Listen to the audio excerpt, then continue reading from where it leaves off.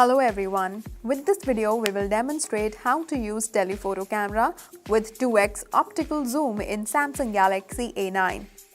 Galaxy A9's camera comes with a telephoto lens capable of 2x optical zoom that allows you to take crisp, detailed shots even from a distance. This is perfect for macro photography, wildlife photography, and any situation where you need to get up close to the action.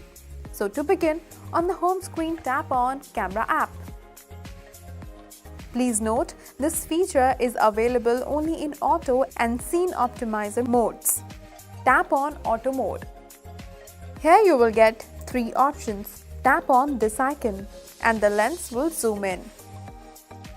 Tap on Capture button. Tap on Thumbnail to view the image. As you can see, the camera has zoomed in perfectly. Now with this feature, you can snap extreme details at a distance without losing image quality with a 10 megapixel telephoto lenses featuring 2x optical zoom. So this is how you can use telephoto camera with 2x optical zoom in Samsung Galaxy A9.